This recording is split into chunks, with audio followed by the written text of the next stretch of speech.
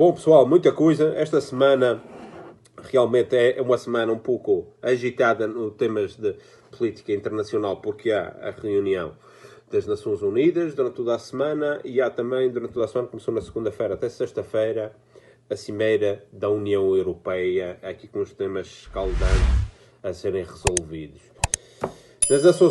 Nas Nações Unidas, ontem o António Guterres, o secretário-geral, o nosso compatriota, apelou ao multilateralismo. Portanto, isso é uma palavra-chave, multilateralismo. Ele tem claro de que as coisas cada vez vão ser mais difusas e vão exigir novos desafios e uma renovada compromisso das partes, porque 200 nações a querer, cada uma, garantir os seus interesses e, por outro lado, ter que ceder, isto começa a ficar complicado. E ele diz que o próximo ano, 2021, será um ano crítico. E isto não é novidade. Cada ano agora vai ser cada vez mais crítico. Até haver esperar para aquele ponto em que haja cedência das grandes potências, e principalmente aquelas 5 que são os que têm poder de veto nas Nações Unidas, porque isto é tudo muito bonito. As Nações Unidas, está a ordem mundial, que todos estão representados, mas há 5 que são os grandes e que podem vetar e mudar as regras em seu benefício. Ele diz, e bem, ninguém quer um governo mundial, outra palavra-chave, mas sim um mundo governável. Claro, isto é o equilíbrio que faz falta e que é difícil. E no mesmo sentido, o nosso primeiro-ministro, António Costa, na sua mensagem, falou dos 75 anos, porque esta semana cumprem 75 anos da fundação das Nações Unidas, saídas das cinzas da Segunda Guerra Mundial. Fala de que, outra vez nas palavras-chave, preservar e renovar essas conquistas da igualdade dos Estados soberanos, porque isto é uma igualdade que já vimos que não é bem assim. E ele fala aqui de outra palavra-chave, palavra que representa bem tudo isto, não é? Há 75 anos a fundação das Nações Unidas estabeleceu uma nova ordem mundial, que é sempre esta ideia de que quando é que termina esta e começa a outra, e com que parâmetros é que ela vai ser feita. Uma das coisas que é preciso ter em conta, até pelas próprias mudanças demográficas, o crescimento da África, por exemplo, é uma possível mudanças estruturais dentro das Nações Unidas, que deem mais voz a países que são crescentes. Porque é que Angola não tem mais poder do que tinha há 20 anos atrás? Para o pessoal que ainda não nos segue no Facebook, eu convido-vos desde já. No Facebook é geopol.pt. Nós de vez em quando pomos uns gráficos, uns mapas, umas coisas bonitas. E temos aqui uma da população dos 4 países mais importantes, mais populosos de língua portuguesa. E, de facto, o que nos demonstra aqui, por exemplo, em 1950, Angola com 4 milhões e meio, e para 2100, uma previsão. Isto é uma previsão, claro que estas coisas podem mudar muito, não é? Ainda faltam 80 anos. Mas em 2100 as coisas se mantendo como... isto são dados do Banco Mundial e da ONU.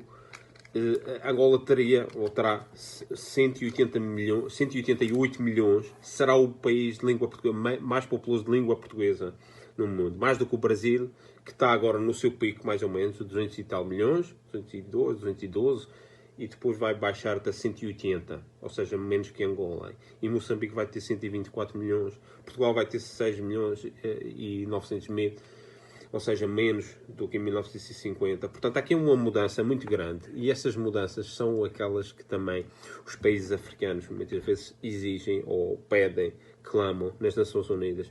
Aqui, ontem, pela voz do Ministro dos Negócios Estrangeiros angolano, este Tete António, trouxe esta ideia outra vez, renovada, de mudar estruturalmente e dar mais voz à África, por exemplo.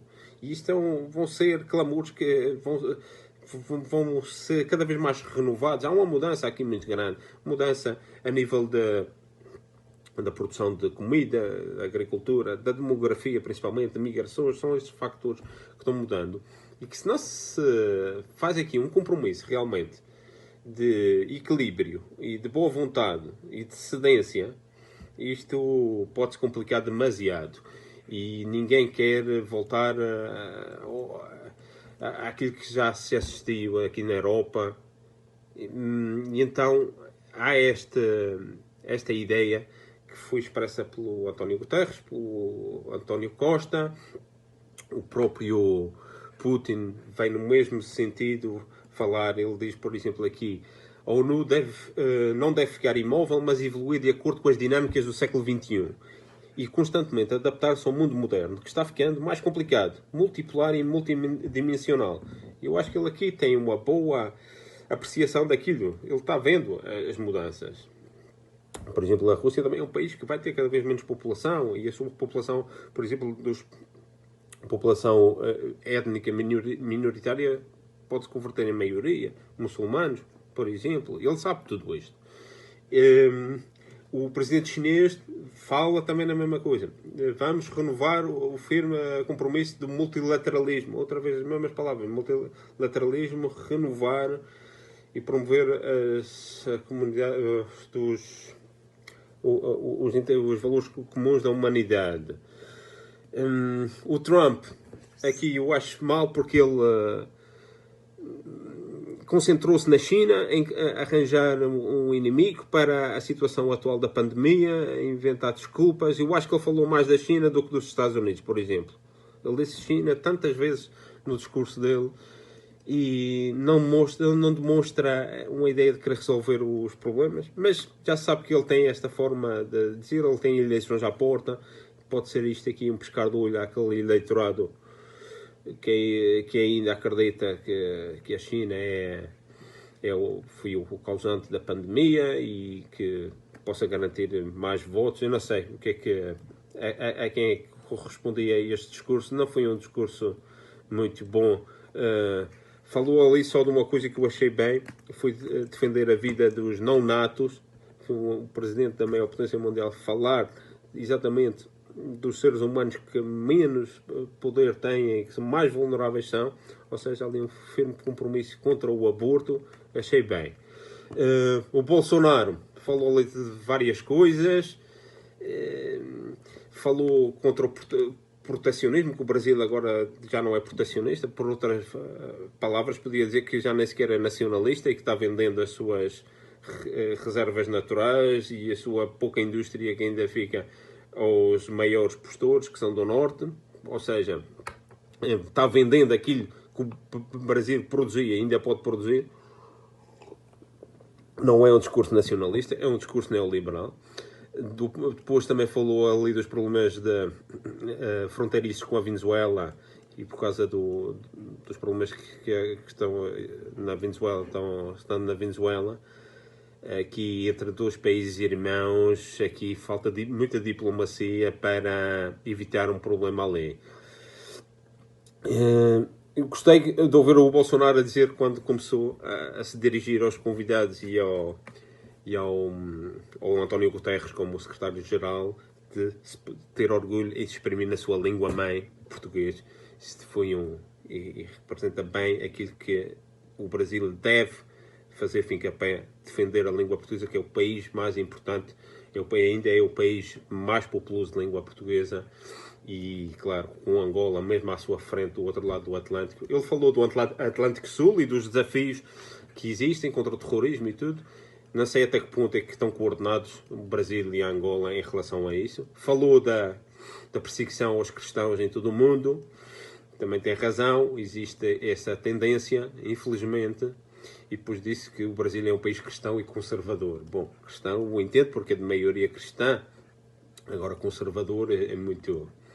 Isso é muito discutível. Isto aqui parece coisas importadas dos discursos americanos.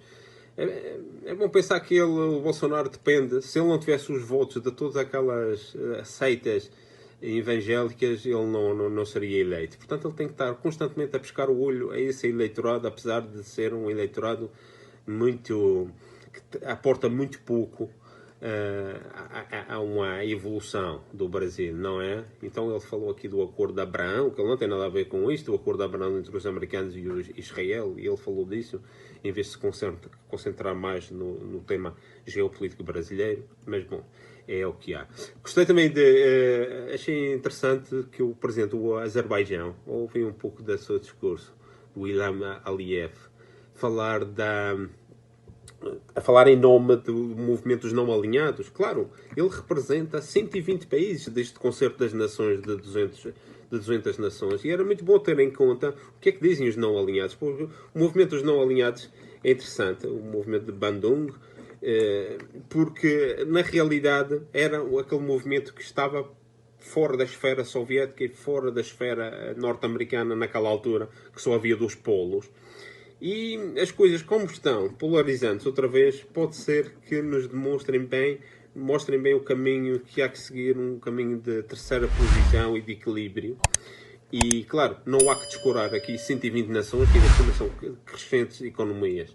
E ele falou em nome deles. E tinha aqui um outro artigo, um artigo que está em alemão, que eu vou tentar traduzir e tentar arranjar aqui que é sobre a vizinhança em chamas da União Europeia. Mas isto eu deixaria para o próximo episódio, que este já vai em mais de 10 minutos. E tinha outro artigo que também publicámos na nossa página. Uma tradução de um artigo de um canadiano sobre o poder terrestre e o poder marítimo no século XIX e a influência que teve nas grandes potências da altura. Mas isso eu vou deixar para o próximo capítulo. Fiquem atentos. Até lá.